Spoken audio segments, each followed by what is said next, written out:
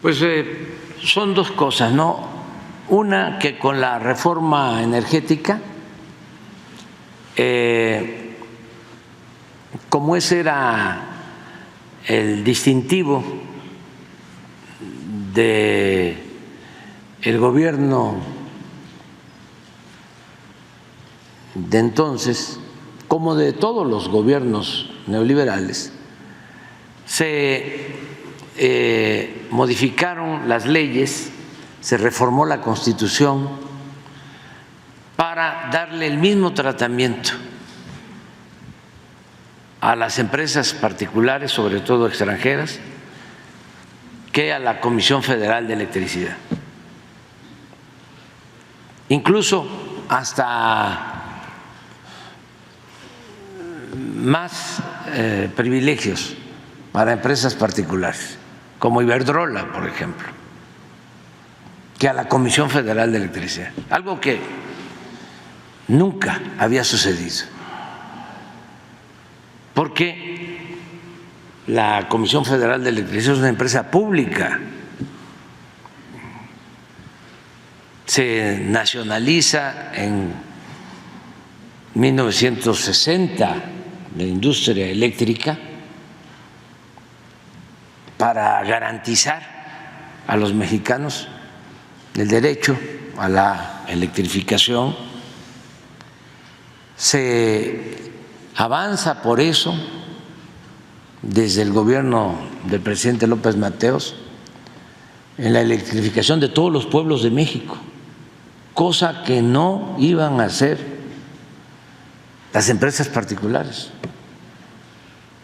Por eso, hasta en los pueblos más apartados hay energía eléctrica, porque fue una decisión que tomó el presidente López Mateos. Hay hasta una carta que aquí leemos periódicamente de esa decisión histórica, cómo lo fue la expropiación petrolera en 1938. Entonces, se recupera el petróleo y se recupera la industria eléctrica.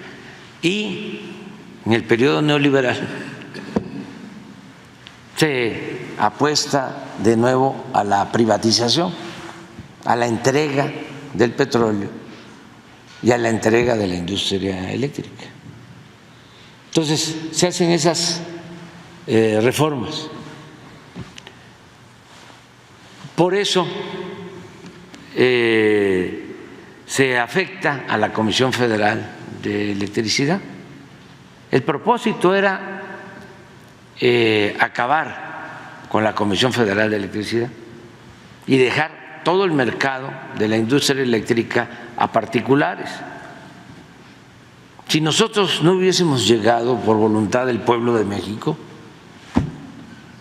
la participación de la Comisión Federal de Electricidad fuese del 10, del 15% de toda la producción de energía eléctrica en el país.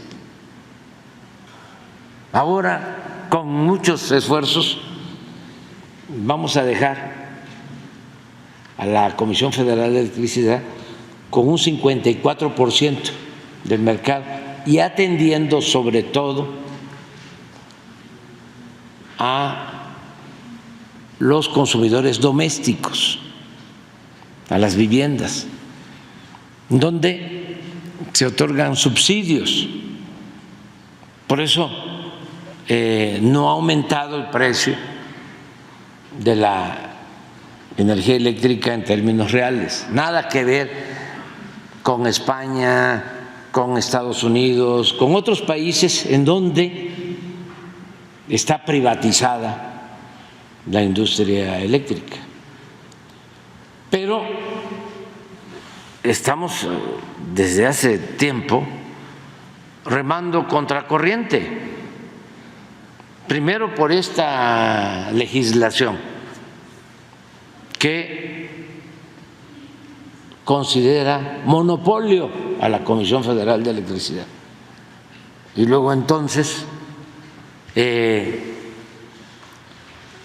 le ha dado legalmente todo el respaldo a las empresas particulares, extranjeras, con las que han hecho negocios jugosos los políticos corruptos de México. Ya hemos hablado mucho de esto, de cómo Iberdrola se llevó de consejero al expresidente Felipe Calderón, una empresa española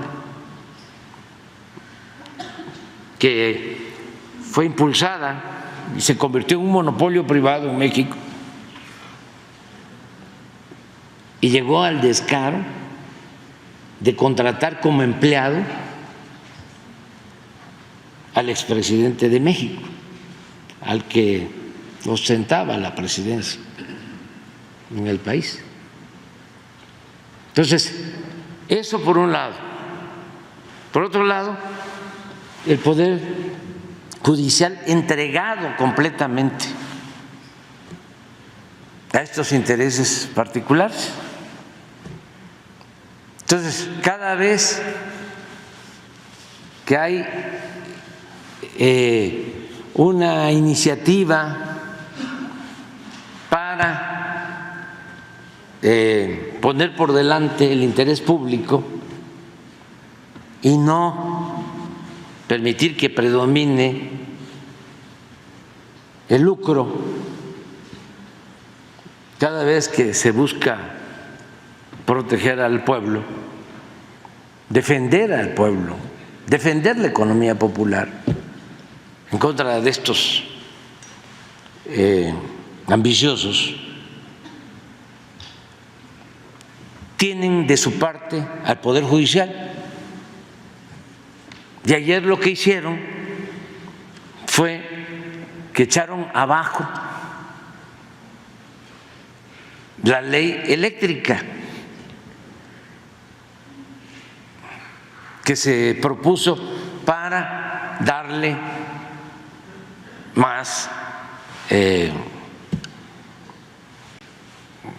importancia por lo que representa la Comisión Federal de Electricidad, y resuelven amparos a favor de empresas particulares extranjeras. Además, 4 ministros, y 2 a favor y 2 en contra, o sea, un empate. Pero como uno de estos ministros conservadores, empleados de la oligarquía, argumenta, recurre a una facultad o a una norma que, como él es el presidente del grupo, de la sala, él tiene voto de calidad. Entonces, aunque son 2 votos, deciden, ¿sí?, que no hay empate, que se anula la ley eléctrica. Así, de ese tipo, claro, se va a impugnar, pero esto demuestra el entreguismo que existe en el Poder Judicial, y por eso urge reformar el Poder Judicial, que sea el pueblo el que elija a los jueces, a los magistrados, a los ministros, y se va a tener esa oportunidad porque vienen elecciones para reformar el Poder Judicial y que ese poder esté al servicio del pueblo, no al servicio de un grupo minoritario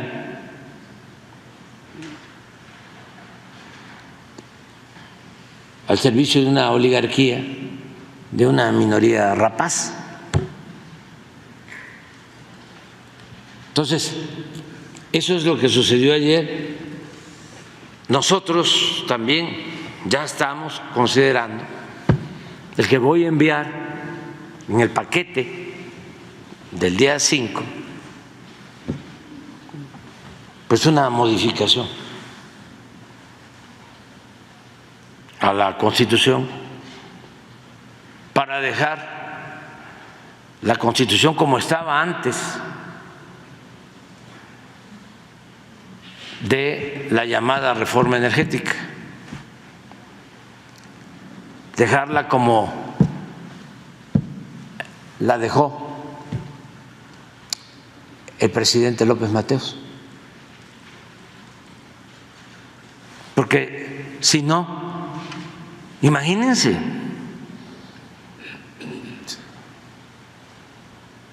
¿cómo vamos a aceptar el predominio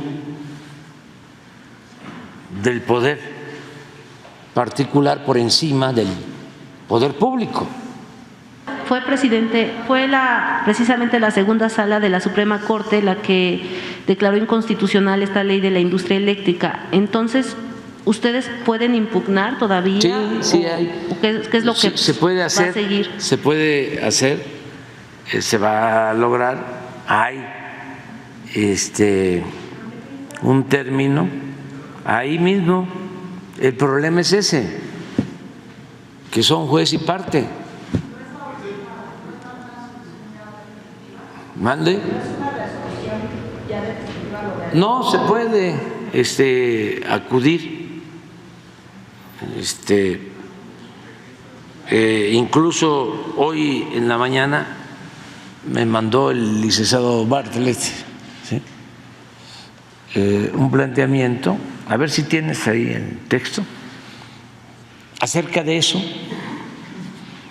Él plantea de que no es posible si hay un empate. Imagínense, 2 ministros, ¿sí?, borran, desconocen, cancelan una ley.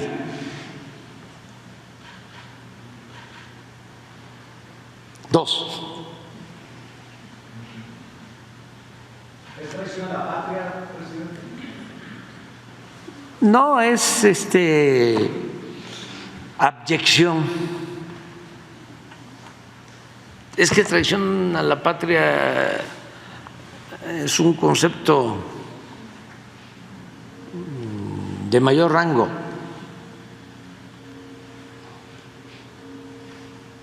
Para no exagerar, ¿no? Estas son acciones de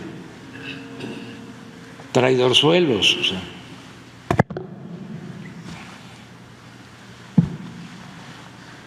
Sí. Esa es la opinión del director de la Comisión Federal. Informa usted que el pasado miércoles 31 de enero a las 14 horas tuvo verificativo sesión ordinaria de la Suprema Corte de Justicia de la Nación que preside el ministro Pérez Dayán. El ministro Lainez, integrante de la segunda sala, se excusó para conocer y votar en el proyecto propuesto por el ministro Pérez Dayán. ¿Por qué se excusó? Porque ya había estado él participando y se demostró que él tenía un conflicto de interés y se excusó, pero ya con esto reconoce que en los pasos previos ya había él incumplido con los procedimientos. Una vez que tocó a los ministros y ministras votar por el proyecto que concedía el amparo a las empresas privadas contra la ley de la industria eléctrica, las ministras Yasmín Esquivel Moza y Lenia Batres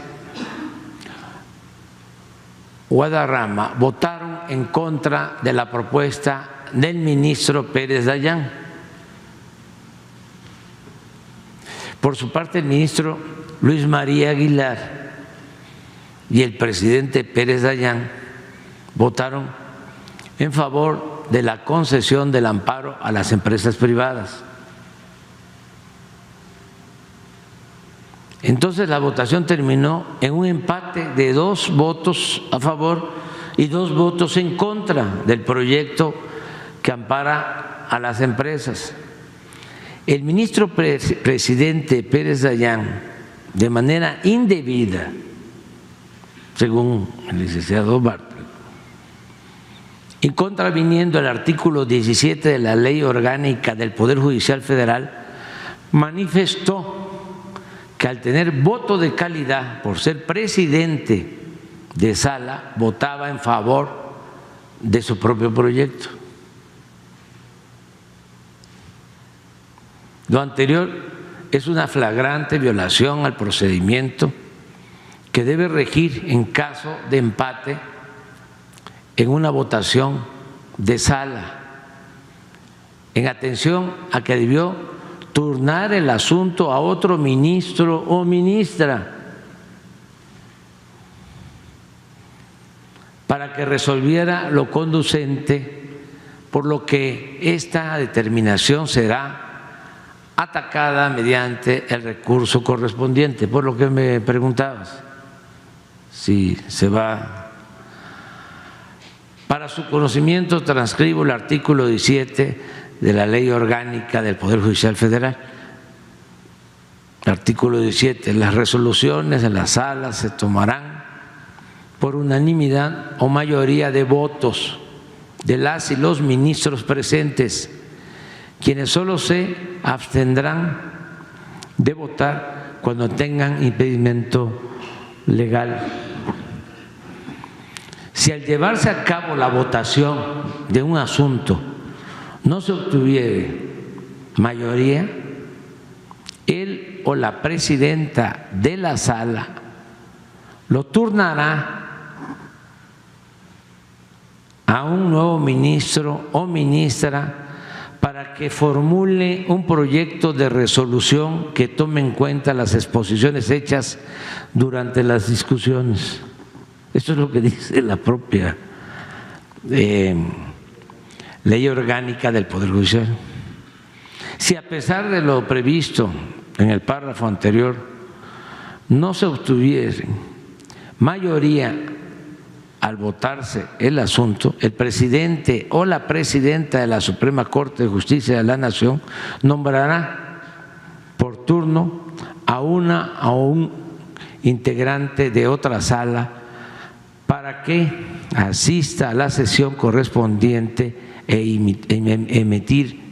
emitir su voto cuando la intervención de dicho ministro o ministra tampoco hubiese mayoría. El presidente o presidenta de la sala tendrán voto de calidad. O sea, sí, pero cuando se termine el proceso, con lo acontecido queda en evidencia que el ministro presidente Pérez Dayán se atribuyó un voto de calidad que no tenía y se omitió el mandato de la ley para transferir su proyecto de sentencia a un ministro diferente. ¿Está claro? Pero es que el licenciado Bartlett pues, es abogado y está pensando que otro ministro va a resolver de otra manera. No, casi todos están confabulados. Entonces, por eso hace falta la reforma. Pero es muy claro cómo violan sus propios procedimientos.